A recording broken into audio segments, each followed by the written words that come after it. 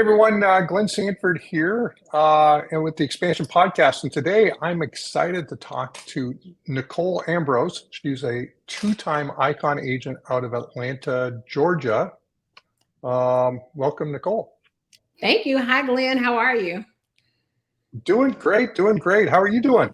I'm good. I'm good. Today has actually been an excellent day. I had a closing today. So, anytime we have an opportunity to close, and I onboarded a really, really amazing agent. So I'm super excited. Today is a good day.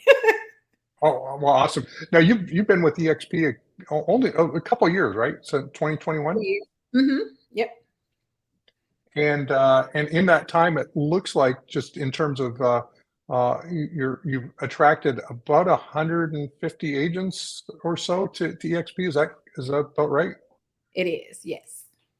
Yep. Wow. Well, congratulations. I'm sure that has really um, uh, changed trajectory a bit. What was it like? What's your background? How did you get into real estate? How did you make your how did you ultimately get to EXP? But prior to being a real estate agent, I actually owned a tax office, and I felt like at the time that, and if the IRS is watching this, nothing against the IRS, but I felt like the IRS was kind of making a start to be the IRS police, and I was like, I started being a little bit uncomfortable, and the tax business just for me wasn't delivering the satisfaction and the gratitude that it once did. And I really didn't want to really kind of police people about the things that they were doing as far as taxes were concerned. And then a couple people that have been my long-term clients were coming in that summer asking me for copies of their tax return. And I was like, right in the midst of me wanting to have a career change, it jogged something in my memory where 20 years prior, when I first moved to Atlanta and I purchased my first home, if you compare, Glenn, that home that I purchased to a car, it was a complete lemon, right? So with that house, I had used all of my dad had passed away, and I had used all of my money that I had gotten from my insurance to purchase the home. So I didn't have any excess capital. I was a single mom, two kids. So I was kind of living check to check with the house. And my real estate agent was god awful. I didn't get an inspection done because he didn't tell me. I didn't know anything about an inspection. And my roof had started to leak. The HVAC went out in the first 6 months. And long story short, I couldn't get in contact with him prior to the transaction when we were going through the closing process. He was always so unavailable. So, needless to say, after I started having problems with the home, he was definitely unavailable. And at that time, I said I wanted to be a real estate agent. So, I looked into being a real estate agent at that time, and I found out it's kind of expensive to be a real estate agent. And I was a single mom, and found out that you work on commissions and that you would have to pay the brokerage a monthly fee, even if you didn't sell anything. So at the time, I said I wanted to be a real estate agent to help the people, but I really couldn't afford it. So then when the tax business came and I decided that I wanted to make a change in my career, and I started getting the request to get copies of the tax return for my tax clients, I said, I remember when I wanted to be a real estate agent 20 years ago. So I went to real estate school. I was always the first person in my tax office, the last person to leave. You know how it is being an owner. So this day I went into the office and I told my admin assistant and my receptionist, hold all my calls for 14 days. I'm going to come in at 6 o'clock at night and I'll do everybody's taxes at night and just have them fax the paperwork in. But I'm going to do this 14-day accelerated real estate class and go and get my real estate license. They were ready to take my temperature. They thought it was something wrong with me because I loved at one point the tax business. So with that, I ended up going to get my real estate license. Fast forward, the first 8 months I had my real estate license, Glenn, I didn't sell a thing, not one house. I didn't know what to do. I was at a boutique brokerage that I just went to because my friend owned the brokerage, and I didn't honestly have any training. I didn't know what to do. Then left, I went over to KW, and I talked to somebody, and they told me to find my purpose and my passion in real estate, and I didn't know what that meant. And I was like, God, I don't know what that means. So I started thinking about it, and they told me to find my client avatar. I'm like, what the heck is a client avatar? So long story short, I started going to look for people that were like me at one time, people who had challenged credit, people that needed down payment assistance, and people that just didn't have anybody to tell them how to go and purchase a house. So I would go, and I know you've been to Atlanta a couple times, but on Saturdays, I would go to the roughest parts in Atlanta. I would get to one at 8 o'clock and get to the other one at noon. And I started doing home buying seminars in the parks, in the roughest parts of Atlanta. And I looked down, the parks on Saturday would be packed. And I started bringing my two daughters, Kennedy and Ashley, and I would have them passing out crayons to the people's kids because I wanted to remove the excuses. I didn't want people to have a reason of why they couldn't come. So my daughters would watch their kids and give them crayons, and I didn't have a lot of money, so it would be a big box of crayons, and we would have to tear sheets of the coloring book out to give each kid a couple pages and a couple crayons. And I looked up, I would be in a grocery store like a year, maybe a couple months, maybe 8, 9 months later. And the kids would see me in a grocery store and they would say, Mommy, it's the credit lady. And the kids would say, no, it's the real estate lady. So I began to get really, really popular in those areas. And I looked down, I had sold 200 homes, then 300 homes. And then now I'm 450 homes later in 5 years. Wow. And you're doing this as an individual agent. You don't, do you have a team? Do you have an assistant? Like what's your business look like? I mean, obviously back then, Yeah. you had no extra income to do that, but what does your business look like then and now in terms of just your structure? So then, because again, it was just a fluke. I didn't know that I needed a showing assistant or a transaction coordinator. I didn't know anything about that. So then it was just me. I was doing all of my paperwork. I was doing all of my showings. I was doing everything, the parks. I was doing everything. But now, fast forward, I part of the reason why I decided to come to EXP is because I'm still a popular loaner, and I'm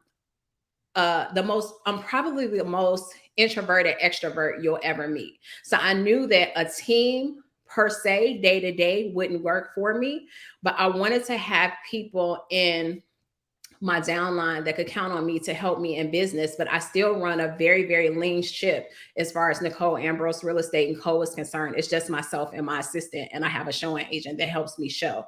But it's still just me from a agent standpoint, and my assistant is a licensed agent. She does all of my contracts, and then I have someone that helps me show properties.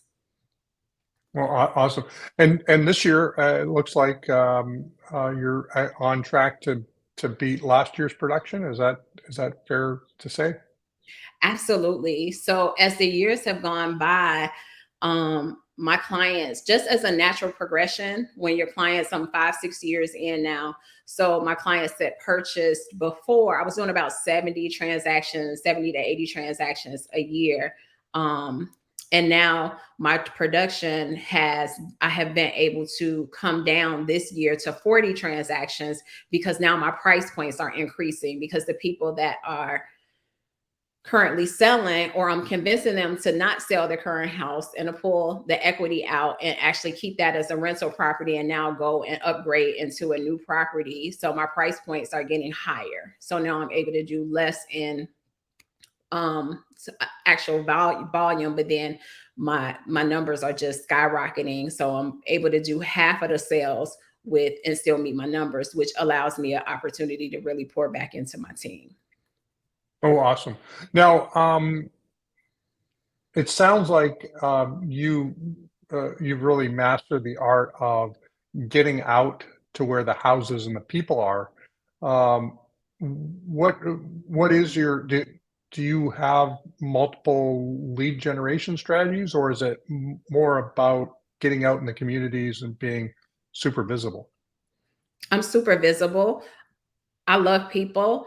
And it's the weirdest thing. Like I told you, I'm an introverted extrovert. I love people to the point where I want to see people win. So I'm always in the communities. I'm always place speaking to people about where I come from. And I remember a time when the back of my refrigerator was looking at me when my kids were young. We were so broke that, we didn't have food a lot of times. So we ate noodles for days upon days. So now I understand what that feels like. And I understand what it feels like to go from that to this. So my desire is for everybody to feel this side of it. So I spend my days talking to people that need to, either real estate agents that want to advance their business so they can be on this side and understand what it feels like to not have money be a worry, and people that are actually in the communities that are renters. I really know that God put me here to be a vessel to lead people to financial freedom through home ownership and investing. So I preach that every day.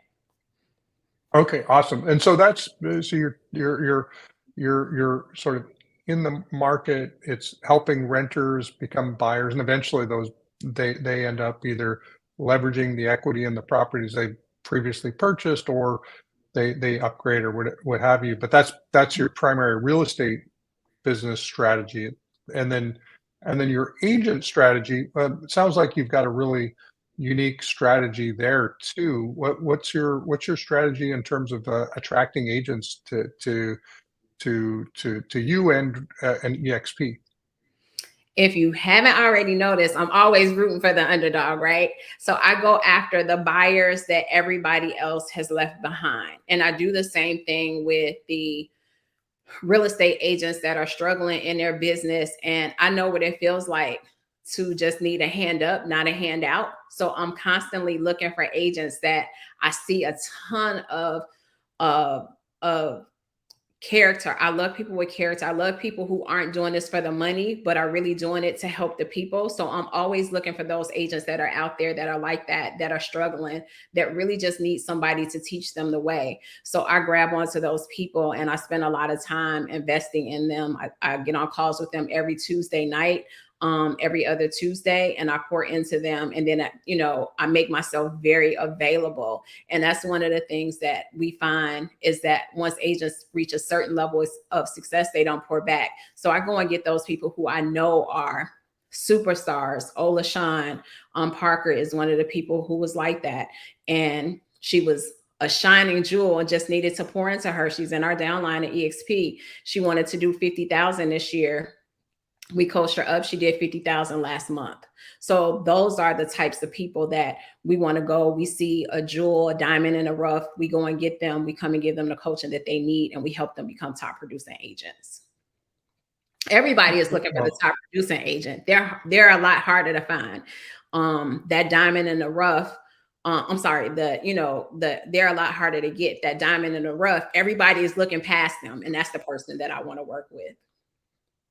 Awesome. And so you're both a coach, but you've been there. You've done that. You've figured out how to make things work, and now you're able to pour into others and say, "Hey, here's what you need to do. I've been where you're at," and so you can really sort of coach them up and give them hope and actually guide them to the path of, say, financial freedom. Yes, absolutely. And this Awesome. business really, Now, Glenn, it's just a numbers game. It's impossible for you to talk to 20 people a day, 100 people a week, 4,800 people a year to physically have those conversations and not have them be fruitful if you have the right conversion conversation. So that's it. I'm really just teaching people to get out of their element and to really get in front of people. right. So it sounds like you've got, uh, and I'm just making a guess here because we didn't talk about this before, but you really like um, to get clear on the messaging and the words and the phrases that you use with the people that you're connecting with. Does that sound accurate? All the way around, it's power in your words, and it's life and death in the tongue, Glenn. And I think that the words that you say are can make or break a person or a situation. So I'm very intentional and I'm very clear in my message, and I'm coaching people to be very, very clear in your message, your desires, and to make sure that you're manifesting every day with your tongue the things that you want to see in your business. But most importantly, being purposeful with every word that you say. Right. Oh, awesome. No, so when you meet a prospective client, let's just say that they're a renter, what is there a particular phrase that you're more likely to use to help get their attention toward home ownership? Is there a script that you've kind of built out that you use? Absolutely. One of the things that you'll hear from renters frequently is that I just don't want to own a house. I just don't want to be responsible for a house. I just don't want to pay a mortgage. So every time I hear that, the one thing that I am notorious for telling people is that you're paying a mortgage if you live somewhere. It's just not your mortgage. And at the end of the day, when you're paying somebody else's mortgage, especially people, because I attract a lot of people that are single moms and single dads. So I really emphasize to the single moms and the single dads. And I don't know why I attract them. I just do. Maybe I have a magnet on my head, Glenn. I don't know, but that's who I attract. Yeah. Okay. So when I'm attracting them, I make sure that I tell them there's a legacy that you want to leave that's different than the legacy that your parents left for you. We have a responsibility to be better parents than our parents were to us, and our kids a better parent to their kids than we were to them. And with that, you want to always leave your kids ahead of the game, and home ownership is one of the things that can help you achieve that. Banks invest in real estate and insurance, and we should be too. If you have the ability to pay rent, you can pay that same amount in mortgage. If you pay $1,200 a month over the next 10 years, that means that you've paid your landlord $150,000. That's $150,000 that just went into their children's savings account. And that's $150,000 that could have gone into the equity in your home and could have been a savings account for your own child. And a lot of times our kids get to college, and I'm talking about the sector of people that I service, you don't have the Mhm. bandwidth to, you can't afford to send your kids to college because you're living paycheck to paycheck. And even if you aren't living paycheck to paycheck, college is so expensive. What if you paying into your mortgage every year for the next 10, 15 years when your kids are growing up? If you buy in the right area, that's the key. Don't buy a lot of times for aesthetics, buying areas where you know the property value is going to double in the next 5 or 10 years. When you do that, you look up, look down, just doing what you had to do anyway, keeping a roof over your kid's head. You'll look up and you'll have $500,000 worth of equity that you can go in and do a home equity loan. And now, instead of your kids graduating with a ton of student loans that they can't afford, you're able to pay for your kids to go to college. Or even if it's a business that you want to start, now you're able to pull the money out of the house just by doing what you had to do anyway, by keeping a roof over your head, and go and start the business that now will be able to pay you to replenish the money that you took in that home equity loan. Or there are so many people that want to invest in multifamilies right now. Why not pull, if you owned a home, you can pull the money out of that home, and now you can go and buy 2 multifamilies, 3 of the units pay for each of the buildings, and then the rest of that money can come back to you to pay that money back to your mortgage. You do that for 25 years, and now you have a solid retirement plan where you can live off, if each building is bringing you $6,000. I don't know anybody that's getting $12,000 in retirement, but if you can buy a home, use the equity in it to get you to investment properties, by the time you get to retirement age, now that money that you used to pay the buildings off and the rents that you collected will now give you a social security check in order to help you to live comfortably, like people that we see on TV. Now we can be those people. Awesome. And this is not just a script. This is a mission for you to help these individuals. I can hear it coming through. Um, how does that? It sounds like in some respects you've got a similar message, but for real estate agents. Absolutely. I remember, Glenn, I was that person in those first couple years of my real estate career. The money comes so fast, Glenn. It's like when you go from making $50,000 in a year, $30,000 in a year, $20,000 in a year, and you can actually do that in a month. It's life changing. You get to do things. I started taking my family on lavish vacations. I was buying expensive pocketbooks. I've had every car that I've wanted to drive. And then I realized I don't have a retirement plan.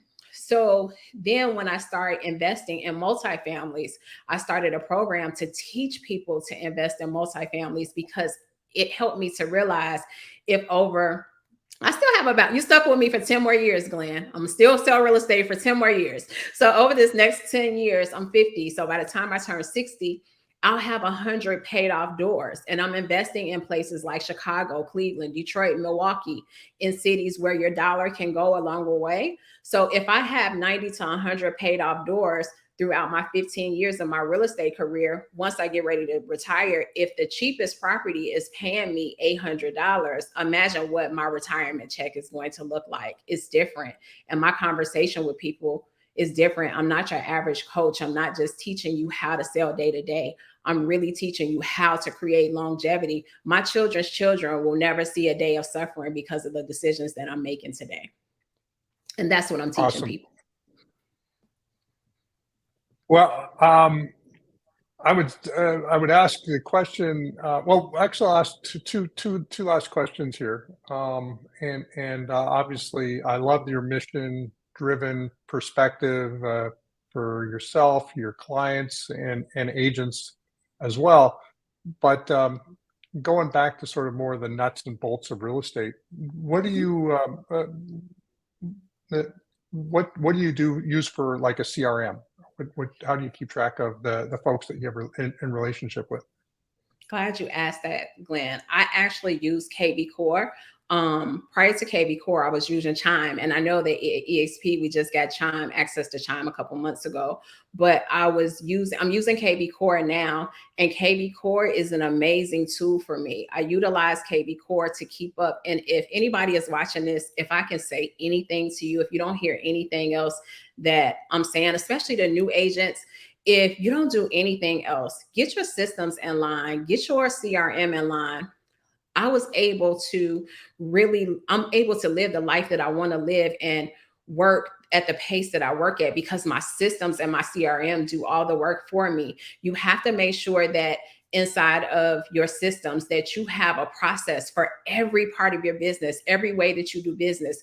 If you don't have everything written down in structure as far as your systems are concerned, a person should be able to, you should have your system so detailed out that a person should be able to sit down at your desk and be able to go to work for you. That's how detailed I have my systems laid out. In addition, as far as my CRM is concerned, 50 to 60% of my business last year was referral business because my CRM, I have my campaign set up where my smart sets actually go out to my past clients that say to my past clients, thank you for your business. Will you refer me some business? I send them CMAs every 3 months right through my CRM so they can know how much equity that they have in their homes. And then I also do a client event once a year where all of my past clients are able to come and I'm able to talk to them. They can actually bring somebody that's interested in purchasing a home. I actually have one coming up this year, September. I think it's the 9th, in a couple weeks, but I'm able to communicate all of that information to those clients through my CRM. I run Facebook ads, and through my Facebook ads, shout out to Jay Kinder.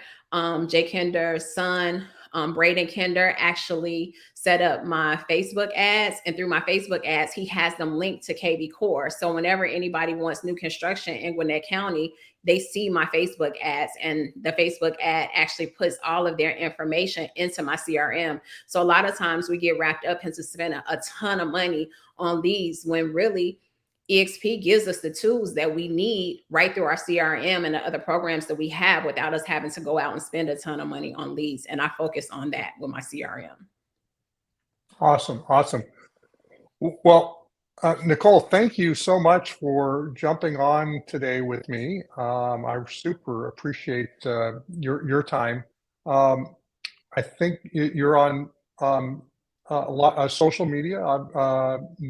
Nicole Ambrose Real Estate, I believe, on most of the platforms. Yep, on all social, you can find me on all social media platforms at Nicole Ambrose Real Estate. And some people say this, Awesome. Glenn, you really don't mean it. If there's anybody that's watching and you need me, I'm here to help. Systems, your CRM, any of that I can help any of my fellow agents with, I'm here to help, and I'd be honored to do it. Awesome. Well, thanks again, Nicole, and thanks everyone for listening. This has been an exciting, fun conversation. Thank you, Glenn. I appreciate you so much for having me.